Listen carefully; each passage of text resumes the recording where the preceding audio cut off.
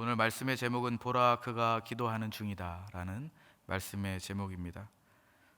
예루살렘 교회를 사울은 잔멸했습니다. 그리고 그 여세를 몰아서 217km 정도 떨어진 거리인데 서울에서 보면 구미를 지나서 대구 사이 정도 될 것 같습니다. 217km 이상 떨어진 다메섹으로 지금 사울은 나섰습니다.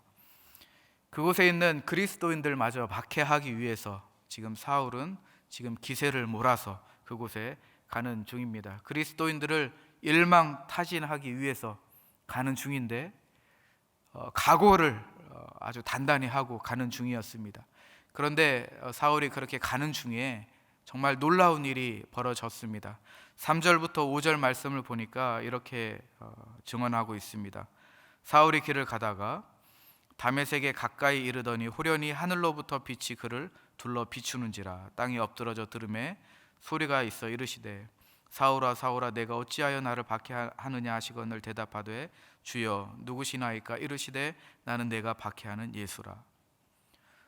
다메섹으로 일망타진하기 위해서 나아가는 사울에게 빛이요 진리 되시는 예수님께서 나타나셨습니다. 그 순간에 사울은 땅바닥으로 고꾸라졌습니다. 그리고 시력을 상실했고 식은마저 전폐하게 되었습니다. 그리스도의 태풍 앞에 그의 인생이 송두리째 지금 뽑히는 현장을 우리가 보고 있는 것입니다. 사울은 신념이 있었습니다. 자기가 옳다고 하는 정의가 있었고, 그리고 자기가 해왔던 그런 관례가 있었고 관습이 있었습니다. 그런데 그 모든 것들이 지금 다 종말을 맞이하는 순간에 이르게 된 것입니다. 그런데 6절을 보니까 이렇게 나와 있습니다. 너는 일어나 시내로 들어가라. 그런데 ESV 영어 버전에 보면 앞에 접속사가 하나 붙어 있습니다. but이라는 접속사가 붙어 있습니다. 사울의 인생은 지금 종말을 맞고 있습니다. 송두리째 뽑히고 있고, 그리고 신념과 이 정의와 자기가 생각했던 모든 것들이 다 땅바닥에 고꾸라졌습니다. 그런데 6절 말씀을 보니까 그러나 이제는 상황이 좀 역전되는 것 같습니다. 보니까 그러나 너는 일어나 시내로 들어가라. 내가 행할 것을 내게 이를 자가 있느니라.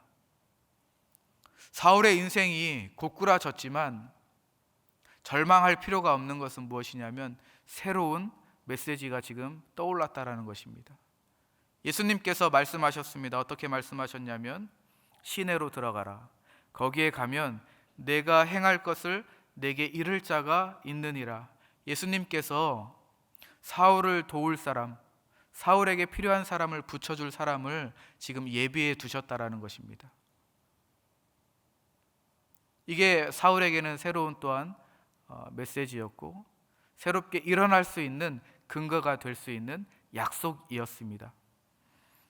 그런데 놀라운 사실이 또 있습니다. 9절 말씀을 보면 9절 말씀에 이렇게 나와 있습니다. 사흘 동안 보지 못하고 먹지도 마시지도 아니하니라. 다메섹에서 고꾸라졌습니다. 빛 되시고 진리 되신 예수님을 만나서 고꾸라졌고 자신이 가지고 있던 인생 철학이 지금 송두리째 뽑히고 있는 중인데 예수님께서 분명히 약속하셨거든요. 너를 도울 자를 내가 예비해 두셨다. 일어나서 시내로 들어가라. 그런데 9절 말씀에 보니까 여전히 사흘 동안 먹지도 마시지도 못하고 지금 여전히 눈을 뜨지 못하는 상황에 있는 것입니다. 침묵하고 계시는 거죠. 주님께서 지금 사흘 동안 침묵하고 계시는 것입니다. 우리도 이러한 경험을 많이 합니다. 우리가 기도하지 않습니까? 기도할 때에 우리가 주님으로부터 음성을 또 성령을 통해서 우리가 음성을 하나님께서 들려주십니다. 내가 너를 위하여서 이러한 것들을 약속하겠다. 너를 도와주겠다. 너를 위하여서 예비한 자를 마련해 주겠다. 너를 위하여서 도움이 필요한 사람을 보내주겠다. 우리는 기도하는 중에 이러한 감동적인 음성이 있습니다. 그런데 뒤를 돌아서 밖을 나가면 기도가 응답되지 않는 일들이 많이 일어납니다. 주님께서 침묵하시는 거죠. 분명히 우리는 약속을 받았습니다. 그러나 침묵하는 그러한 시간들을 우리는 경험합니다. 지금 사울이 그러한 시간을 경험하고 있다라는 거죠. 우리는 질문할 수 있습니다. 왜 주님께서는 약속하셨는데 이렇게 침묵하고 계시는 걸까? 사울은 분명히 일어나서 기대하는 마음으로 시내에 들어갔을 텐데 왜 사울은 사흘 동안이나 여전히 똑같은 상황을 경험하고 있을까라는 질문을 우리가 해볼 수 있습니다. 그런데 그 질문에 대한 해답이 10절과 11절 말씀을 통해서 우리에게 보여줍니다. 10절과 11절 말씀을 우리가 함께 같이 읽겠습니다. 시작. 그때에 다메섹에 아나니아라 하는 제자가 있더니 주께서 환상 중에 불러 이르시되 아나니아야 하시거늘 대답하여 주여 내가 여기 있나이다 하니 주께서 이르시되 일어나 직가라 하는 거리로 가서 유다의 집에서 다소 사람 사울이라 하는 사람을 찾으라 그가 기도하는 중이니라.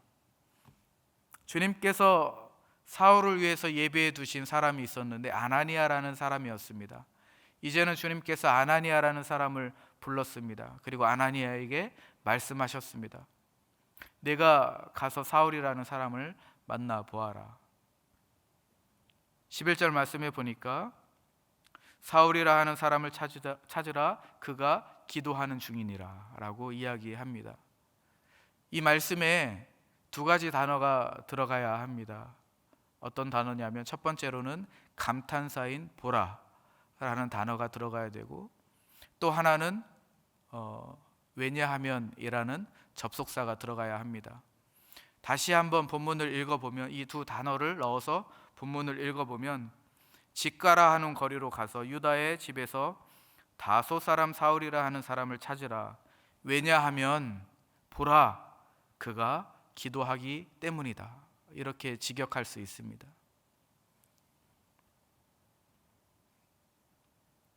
아나니아를 불러서 사울로 보낸 이 시점에 주님께서 왜 이 사흘 동안 침묵하시다가 왜 보냈을까? 그 이유는 무엇이냐면 사울이 기도하고 있기 때문이랍니다.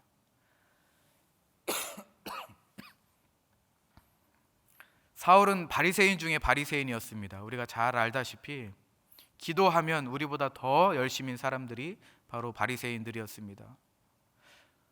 기도하는 모습은 정상적인 모습이고 일상적인 모습이었습니다. 그러나 주님은 그가 기도하고 있기 때문에 내가 예비해 두신 필요한 사람을 보내겠다라고 말씀하십니다. 우리가 좀 더 생각을 해보면 왜 주님께서 이 사울의 기도를 기쁘게 받으셨을까라는 것입니다. 기도를 해왔던 사람인데 우리는 늘 새벽에 기도하는 사람들인데 왜 오늘은 유난히 특별히 주님께서 우리의 기도를 받아주시는 걸까? 왜 오늘은 특별히 주님께서 우리의 기도를 응답해 주시는 걸까라는 것을 우리가 생각해 볼 수 있습니다. 그것은 무엇이냐면 예전에는 자기중심적인 기도였을 것입니다. 자기가 가지고 있었던 신념들, 정의, 철학, 그리고 가지고 있었던 지식, 이 지식에 의하여 다메섹으로 가고 있었던 사울입니다. 늘 자기가 생각하고 있었던 것이 있었습니다. 늘 그 생각으로 기도하였고 습관적으로 기도했을 것입니다. 그러나 지금은 주님을 만난 후에 기도의 내용이 바뀌었을 것입니다. 이제는 하나님의 중심, 자기중심적인 기도에서 하나님 중심의 기도로 그 기도의 축을 옮겼을 것입니다. 기도의 내용이 바뀐 것입니다. 이제는 주님께 모든 것을 동여매는 기도를 하고 있는 것입니다. 그렇기 때문에 아나니아를 부르신 것입니다. 그리고 사울을 보면서 아나니아에게 그가 기도하는 것이 기쁘다, 보라 감탄하신 것입니다. 그가 기도하고 있기 때문입니다. 사흘이라는 시간은 사울에게는 아주 생각할 수 있는 많은 시간이었을 것입니다. 기도할 수 있는 많은 시간이었을 것입니다. 이제는 자기를 비우고 주님을 생각하고 자기가 만났던 빛과 진리 되시는 주님을 기억하는 시간이었을 것입니다. 그 시간 동안에 기도의 내용이 바뀌게 된 것입니다. 요나를 한번 생각해 보십시오. 하나님께서 니느웨로 가라고 명령하셨습니다. 그러나 얼마 되지 않아서 요나가 탄 배는 폭풍을 만났고 요나는 바닷속으로 들어가는 상황에 이르렀습니다. 그러나 하나님께서 큰 물고기를 예비해 두셨습니다. 그런데 재밌는 것은 큰 물고기를 예비해 두셨다면 물고기 안으로 요나가 들어가자마자 아마 바로 토해냈을 것입니다. 그런데 요나도 사흘이라는 시간이 있었습니다. 그 더러운 그 물고기 뱃속 안에서 사흘이라는 시간이 있었습니다. 요나가 무엇을 했겠습니까? 그 사흘이라는 시간이 요나에게 어떤 시간이었겠습니까? 하나님이 침묵하셨죠. 하나님이 사흘 동안 침묵하셨습니다. 그러나 그 침묵하시는 동안에 기도의 내용이 바뀐 것입니다. 생각이 바뀌고 마음이 바뀐 거죠. 삶의 목적이 바뀌고 삶의 가치가 달라진 것입니다. 내가 왜 살아가는지, 내가 이 자리에서 무엇을 해야 되는지, 내가 누구를 바라봐야 하는 건지, 내가 누구를 위하여서 살아가야 되는 건지를 깨닫는 시간이 바로 주님이 침묵하던 사흘이라는 시간입니다. 존 스토트 목사님은 이 상황을 이렇게 설명을 합니다. 우리 한번 같이 스크린을 보시면 제가 한번 천천히 읽어드리겠습니다. 하나님의 주권적인 은혜는 강제적이지 않았다. 사울에게 나타나시고 그를 억지로 밀어붙이시지도 않으셨다. 하나님은 사울을 땅에 엎드러지게 하셨지만 그의 인격을 침해하시지 않으셨다. 하나님은 사울을 로봇으로 전락시키시지도 않으셨고 최면적 상태에서 어떤 행동들을 하도록 억지로 시키시지도 않으셨다. 하나님은 사울이 행하고 있는 어리석음과 악함을 제정신으로 깨닫게 하기 위해서 사울의 이성과 양심에 호소하셨다. 하나님의 주권적 은혜는 점진적인 은혜요 부드러운 은혜였다. 이 사흘이라는 시간은 주님이 침묵하셨지만 하나님의 주권적 은혜, 점진적인 은혜, 부드러운 은혜의 시간이었던 것입니다. 이 시간이 있었기 때문에 사울은 변할 수 있었습니다. 하나님이 침묵하시기 때문에, 하나님의 점진적 은혜가 있기 때문에, 하나님께서 부드럽게 우리를 인도하시기 때문에, 우리의 인격을 침해하시지 않기 때문에 우리는 하나님의 침묵 시간에 우리의 모든 것들을 바꿀 수 있는 그러한 은혜가 있을 수 있는 것입니다. 말씀을 마무리하도록 하겠습니다. 하나님의 침묵을 깨고 기도를 응답받는 귀한 시간 되기를 주님의 이름으로 축원합니다. 주님은 침묵하십니다. 분명히 침묵하십니다. 그런데 우리에게 요구하시는 것이 있습니다. 우리에게 시간을 주시는 것입니다. 기도의 내용이 바뀌기를 원하시는 것입니다. 우리의 삶의 목적과 방향과 그 가치가 달라지기를 주님께서 원하시고 우리의 이성과 양심에 호소하시는 시간입니다. 그 시간이 바로 지금 우리가 겪는 이 침묵의 시간인 것입니다. 이를 위해서는 우리가 나의 주장을 관철시키는 기도의 내용도 바뀌어야 합니다. 멈추어야 하고, 그리고 우리가 기계적으로 습관적으로 기도하는 우리의 습관적인 기도의 태도도 바꿔야 합니다. 그리고 우리의 신념과 철학과 우리의 주장, 우리의 지식에 근거한 기도의 내용도 바꿔야 할 줄로 믿습니다. 그때에 하나님의 침묵이 깨어지는 것입니다. 그때에 기도가 응답받고 주님께서 예배해 두신 아나니아라는 사람을 우리가 만날 수 있는 것입니다. 예수님도 그렇게 비우셨고 권리를 포기하셨습니다. 빌립보서 2장 6절에서 8절 말씀을 보면 그는 근본 하나님의 본체시나 하나님과 동등됨을 취할 것으로 여기지 아니하시고 오히려 자기를 비워 종의 형체를 가져 사람들과 같이 되셨고 사람의 모양으로 나타나셨음에 자기를 낮추시고 죽기까지 복종하셨으니 곧 십자가에 죽으심이라. 하나님의 뜻에 따라 하나님과 동등됨을 취할 것으로 여기지 아니하시고 주님도 포기하시고 비우셨습니다. 그렇기 때문에 우리가 속죄함을 받을 수 있었고 우리의 죄가 속죄되었고 우리가 사망의 올무에서 해방될 수 있었습니다. 우리가 진리의 터 위에 견고하게 믿음으로 그렇게 우리는 설 수 있었던 것입니다. 자연 법칙도 마찬가지입니다. 여러분들 구름을 한번 생각해 보십시오. 구름이 자기 권리를 포기하고 비웠을 때에 생명의 단비로 땅 위에 떨어질 수 있는 것입니다. 그때에 만물이 다 견고하게 되는 것입니다. 돌과 나무를 한번 생각해 보십시오. 돌과 나무이기를 포기하고 권리를 비울 때에 그때에 인간을 위한 견고한 집을 만들어 줍니다.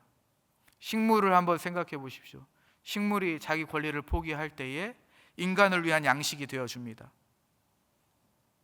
또 어머니를 한번 생각해 보십시오. 어머니가 어머니이기를 자기 권리를 포기함으로 인하여서 어린아이에게 자식의 뼈와 살이 되고 그리고 날로 견고해져 갈 수 있는 것입니다.